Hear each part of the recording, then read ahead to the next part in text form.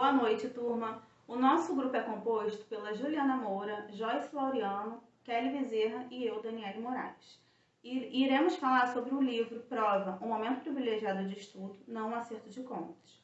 Um livro de Vasco Pedro Moreto, com mais de 65 mil exemplares vendidos. Sua editora é a Lamparina e a sua primeira edição foi em 2001 e já estamos na 9ª edição.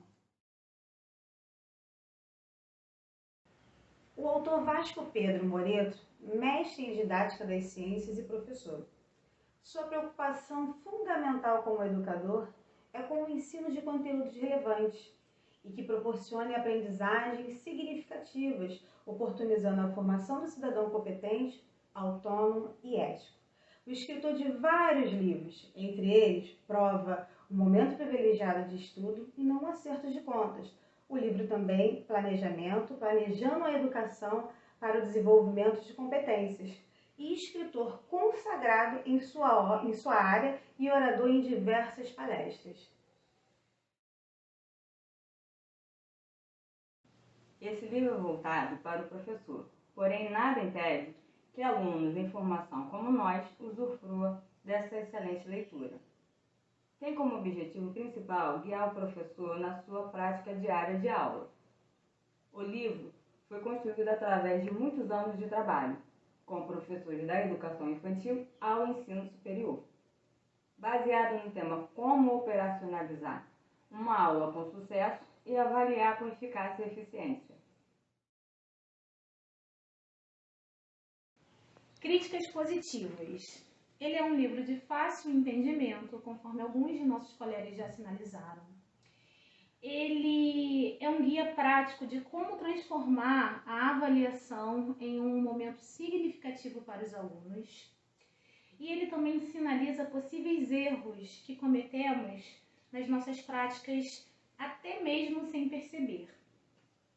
Críticas negativas.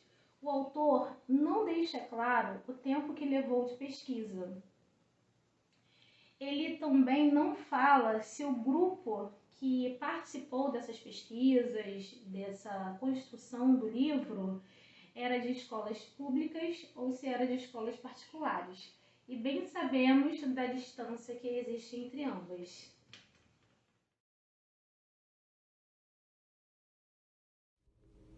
No capítulo 1, O Sucesso no Ensinar, menciona-se o trabalho do professor como elaborar e dar suas aulas, e, sobretudo, a elaboração e correção da tão temida prova, atentando aos leitores sobre o sucesso de ensinar que pode ser enganoso para alguns professores desatentos e inerentes, explicitando que o sucesso do ensino é relacionado com a forma em que o professor planeja suas aulas e de qual é o seu objetivo ao planejá-la, pois, ao estabelecer suas metas, estará estruturando sua estratégia de ensino adequada e, consequentemente, tornando o processo de ensino significativo. Ou seja, sabendo o que queremos ensinar, com certeza encontraremos formas de fazer. No capítulo 2, Ensino para o Desenvolvimento de Competências, encontramos a ênfase no ensino a partir das competências, dando compreensão às capacidades de cada sujeito, de articular recursos cognitivos, sempre atento para as situações dificultadoras.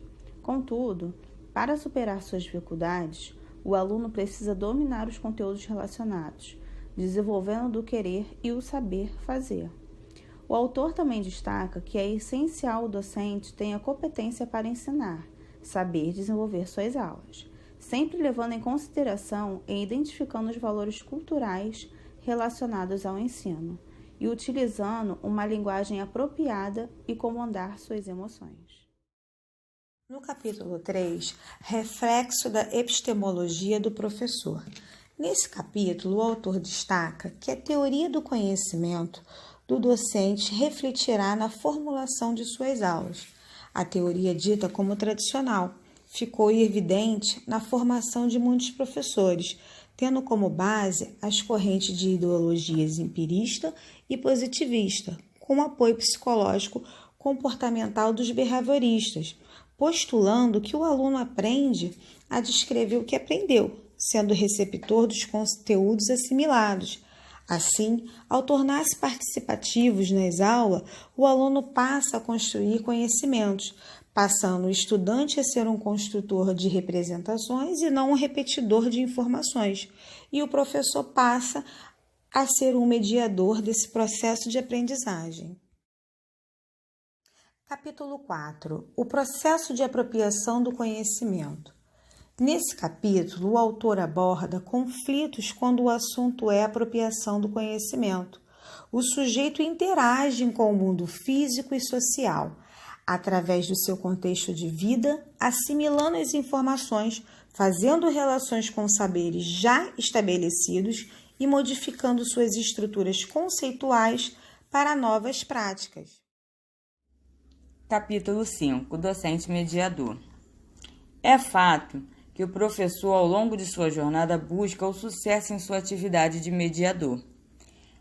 O autor Moreto afirma que a meta de atuação do docente se faz necessária para conhecer o psicossocial e cognitivo de seus alunos, procurando analisar as características de cada discente, pré-estabelecer seus objetivos para o ensino, com metas precisas para determinar com exatidão a avaliação da aprendizagem, traçando também estratégias oportunas para ação pedagógicas, questionando de maneira que leve ao aluno uma resposta que demonstre seu conhecimento pré-existente e sabendo ser também um bom ouvinte para constatar a bagagem dos seus alunos e, por último, mas não menos importante, trabalhar de forma mediadora para o desenvolvimento da zona proximal do seu aluno.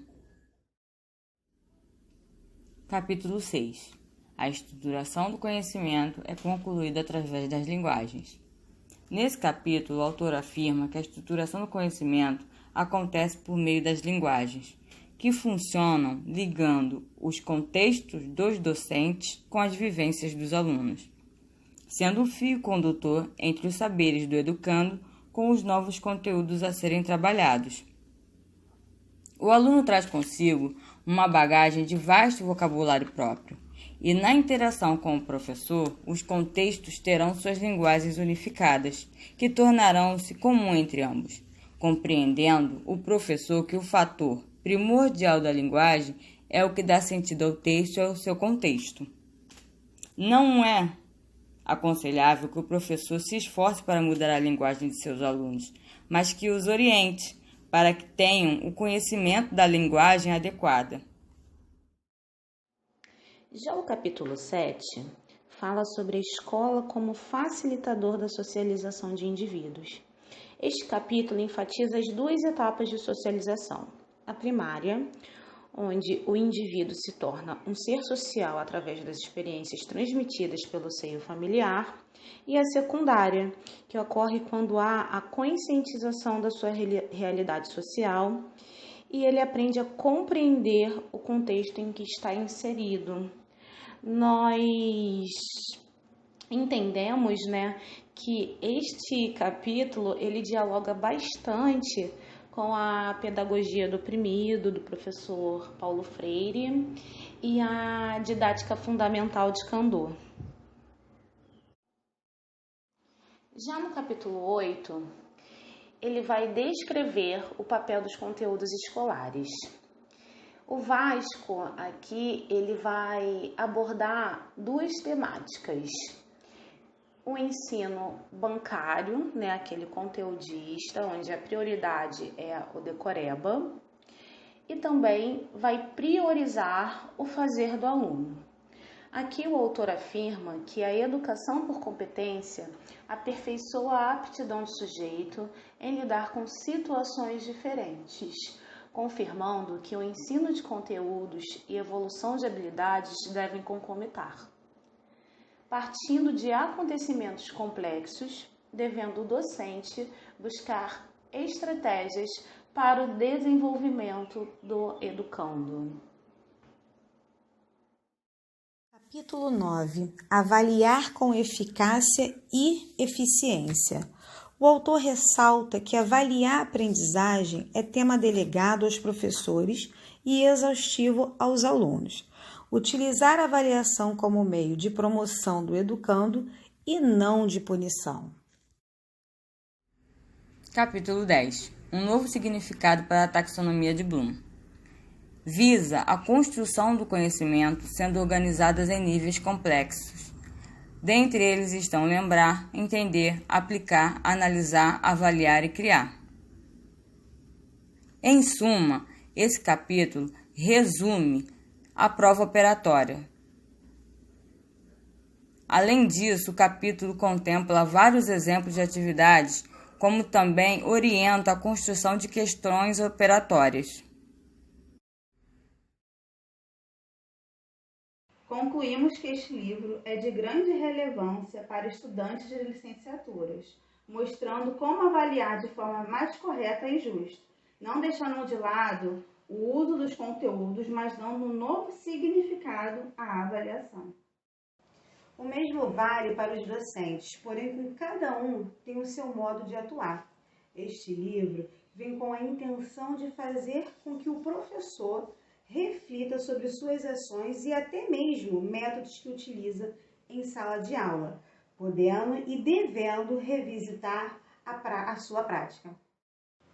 É importante também que os alunos saibam o objetivo do livro e possam reivindicar para melhores aulas e expor suas opiniões sobre a clareza de determinadas questões.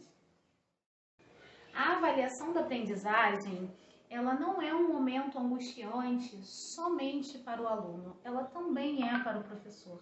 Principalmente para aquele professor que não sabe utilizar essa ferramenta como um instrumento de significados para o aluno. Ele utiliza apenas como uma mera situação de cobrança. Então, uma dica que o nosso grupo dá é para a gente se colocar no lugar do nosso aluno. Até mesmo porque o professor competente, ele não deixa de ser aluno, porque ele mantém a sua formação continuada. Então, nós sempre seremos alunos no decorrer da nossa vida, e assim como seremos professores, e seremos avaliados tanto como professores como alunos. Portanto, se coloque no lugar do seu aluno, faça que esse momento avaliativo tenha significado para ele.